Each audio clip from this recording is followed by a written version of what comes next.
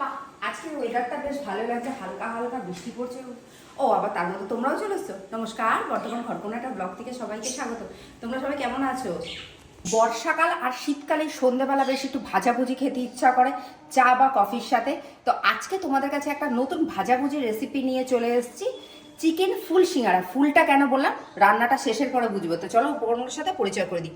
প্রথমে লাগছে চিকেন, তার সাথে রয়েছে গরম মশলা গুঁড়ো, পাতিলেবু, জিরে গুঁড়ো, ধনে গুঁড়ো, নুন, হলুদ। আর এটা লাল রয়েছে কারণ হলো এর ভেতরে আমি আদা রসুন আর ওই যে বাজারে যে কাঁচা লঙ্কাগুলো যে পাকা থাকে সেইগুলো বেটে দিয়েছি, এটা কিন্তু শুকনো লঙ্কা নেই।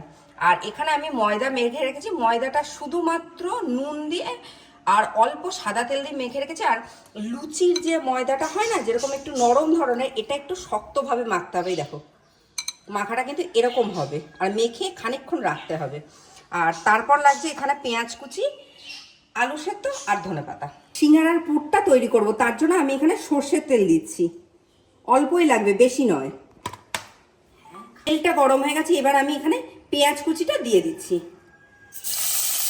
পেঁয়াজটা ভাজা হতে হতে তোমাদের সব থেকে এই রেসিপিটার ভেতরে আসল জিনিস যেটা, ফুল সিঙ্গারা যেহেতু বলেছি, কিভাবে ফুলটা হবে সেটা দেখিয়ে দিচ্ছি। এখানে আমি ময়দা নিয়েছি, এর ভেতরে আমি সাদা তেল দিয়ে দিচ্ছি। এই ময়দা আর সাদা তেলটা খুব ভালো করে মিক্সড করে নিতে হবে। এই যে ময়দা আর সাদা তেলটা যে মিক্সড করে নিলাম, এটা কিন্তু এরকম হবে দেখতে। দেখে নাও, ভালো করে দেখে নাও। এটা মোটামুটি ভাজা হয়ে গেছে, খুব বেশি ভাজার দরকার নেই। এই সময় এই আদা রসুন লঙ্কা বাটাটা আমি এখানে দিয়ে দিচ্ছি।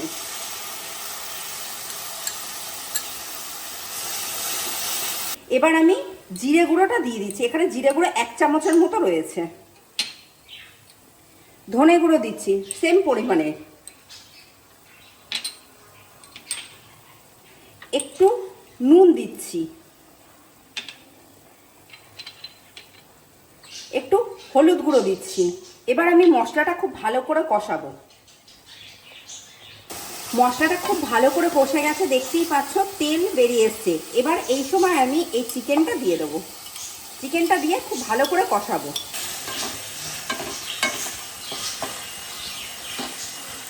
চিকেনটা দেওয়ার পর এ দেখো খুব ভালোভাবে চিকেনটা সেদ্ধ হয়ে গেছে। যেহেতু সিঙ্গারা বলেছি একটু তো আলু দিতেই হবে, আমি তাই এখানে সেদ্ধ করা একটা আলু একটু দিলাম। পুরটা খুব ভালোভাবে তৈরি হয়ে গেছে। এই সময় আমি একটুখানি লেবুর রস দিচ্ছি।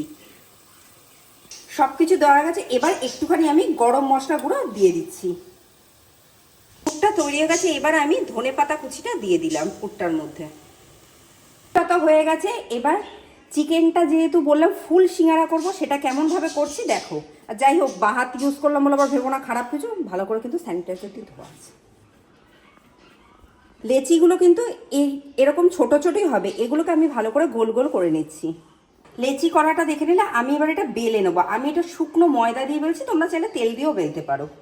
এরকম ছোট ছোট লেচিগুলো করে আমি এর মধ্যে একটুখানি ময়দা দিয়ে রাখবো। এরকম করে আমি 4 থেকে 5টা লেচি করে নিচ্ছি, মানে রুটি করে নিচ্ছি এরকম ছোট ছোট। দেখো আমি পাতলা পাতলা রুটির মতো করে বেলে নিয়েছি। এবার এই রুটির মতো জিনিসগুলোতে আমি এখানে ময়দা আর যে সাদা তেলের যে ঘোলটা বানিয়েছিলাম সেটা আমি দিয়ে দেবো একটু একটু করে।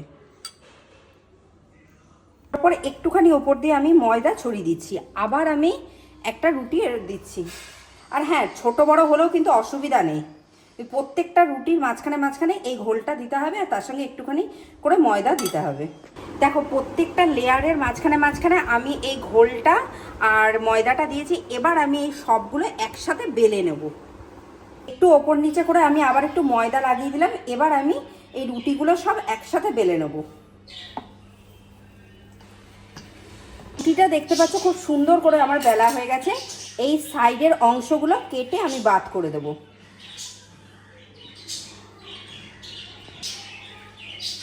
সাইডগুলো আমার কাটা হয়ে গেছে, এইগুলো ফেলবে না, এগুলো দিয়েও কিন্তু নিমকি ভাজা হবে, খুব সুন্দর খেতে হয়।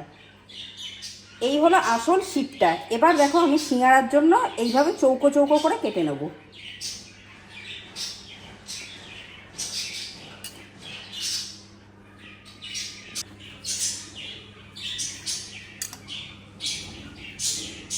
এগুলো কাটা হয়ে গেছে। তারপর আমি এখানে সাদা তেল বসিয়ে দিয়েছি। এটা কিন্তু সাদা তেলটা বসিয়েছি গ্যাসটা কমিয়ে, কারণ সিঙ্গাড়া সবসময় ঠান্ডা তেলে ভাজতে হয়।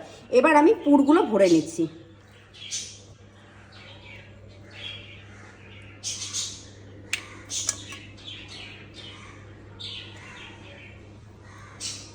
আর পুরগুলো কিন্তু খুব বেশি দেওয়া যাবে না, অল্পভাবে দিতে হবে। আর চারুদিকটা এইভাবে জল দিয়ে লাগিয়ে নিতে হবে, তাহলে যাতে পুরটা যাতে বেরিয়ে না যায় সিল করার পর। এবার দেখো, যেহেতু ফুল সিঙ্গারা বলেছি, কিরকম করে ফুলটা বানাবে। এইভাবে দুটো সাইড জোড়া লাগালে, এই সাইডটা এইভাবে, এখানটা এইভাবে জোড়া লাগাবে। এই দেখো,